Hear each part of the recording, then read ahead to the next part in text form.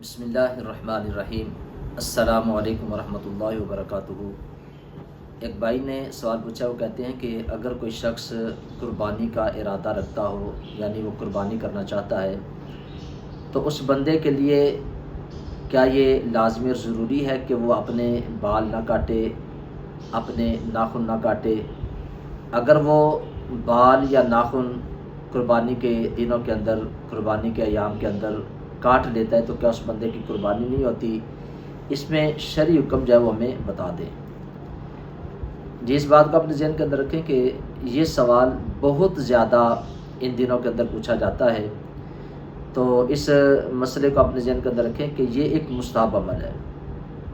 اگر آپ بال کاٹتے ہیں یا ناخن کاٹتے ہیں تو پھر بھی آپ کی قربانی ہو جاتی ہے، اگر آپ نہیں کاٹتے پھر بھی قربانی ہو جاتی ہے۔ لیکن اس میں دو حدیث پاک وہ آپ کے سامنے میں ان کو بیان کرنا چاہتا ہوں۔ نبی پاک صلی اللہ علیہ وآلہ وسلم کا فرمان عالی شان حضرت ام سلمہ رضی اللہ تعالی عنہا اس حدیث پاک کو روایت کرتی ہے، مسلم شریف کی حدیث پاک ہے۔ آپ فرماتی ہیں کہ نبی پاک صلی اللہ علیہ وآلہ وسلم نے فرمایا کہ جب ذو الحجہ کا چاند نظر آ جائے تو جو بندہ قربانی کا ارادہ رکھتا ہے تو وہ بندہ نہ اپنے ناخن کاٹے نہ اپنے بال کاٹے۔ تو یہ حدیث پاک نبی پاک صلی اللہ علیہ وسلم نے بیان فرمائی۔ اور دوسری حدیث پاک جس میں نبی پاک صلی اللہ علیہ وسلم کی بارگاہ میں ایک صحابی حاضر ہوئے، عرض کیا، یا رسول اللہ علیہ وسلم، میرے پاس ایک جو ہے وہ جانور ہے، بکری ہے، جو کسی کی امانتاً میرے پاس پڑی ہے، اس کے علاوہ میرے پاس اور کوئی جانور نہیں، تو کیا میں اسے ذبح کر لوں، یعنی قربانی کر دوں؟ تو نبی پاک صلی اللہ علیہ وسلم نے فرمایا کہ وہ تمہارے پاس امانتاً ہے، عاریتاً ہے، تم اسے ذبح نہ کرو، یعنی اس کی قربانی نہ کرو۔ تو حضور نے فرمایا کہ جب ذو الحجہ کا چاند نظر آ جائے، یعنی پہلی ذو الحجہ سے لے کے 10 تک تم نہ اپنے بال کاٹو نہ اپنے ناخن کاٹو، تو تمہیں قربانی کا ثواب اللہ کی بارگاہ سے مل جائے گا۔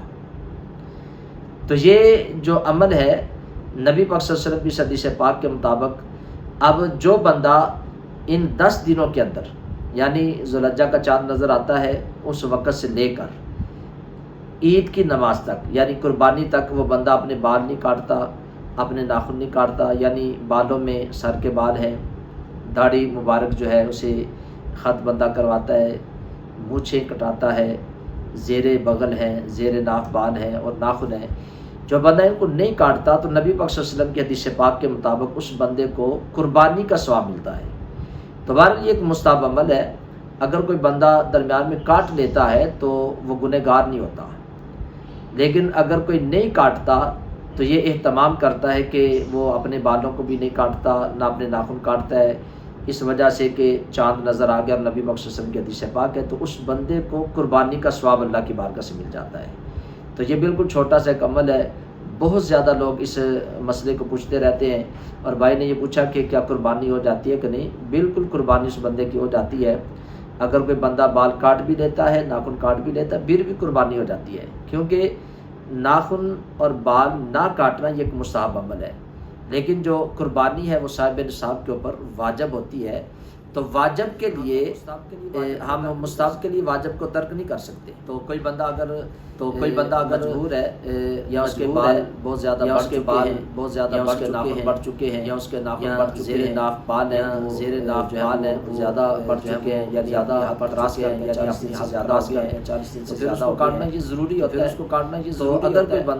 تو اگر کوئی بندہ کاٹتا، ان کو نہیں کاٹتا، بندے کو قربانی کا اجر۔ تو یہ ایک سوال بھائی نے پوچھا، مجھے سمجھ آ گئی ہوگی اس بات کی۔ اللہ تعالیٰ ہمیں شرعی مسائل کو سیکھنے کی، اس پہ عمل کرنے کی توفیق عطا فرمائے۔ اس ویڈیو کو آپ ضرور شیئر کریں، اس ویڈیو کو آپ ضرور زیادہ لوگ اس مسئلے کو، کہ بہت زیادہ لوگ اس مسئلے کو نہیں سمجھتے، نہیں جانتے، تو اگر وہ بھی آپ کے توسل سے اس کو دیکھیں گے تو ان کا یہ مسئلہ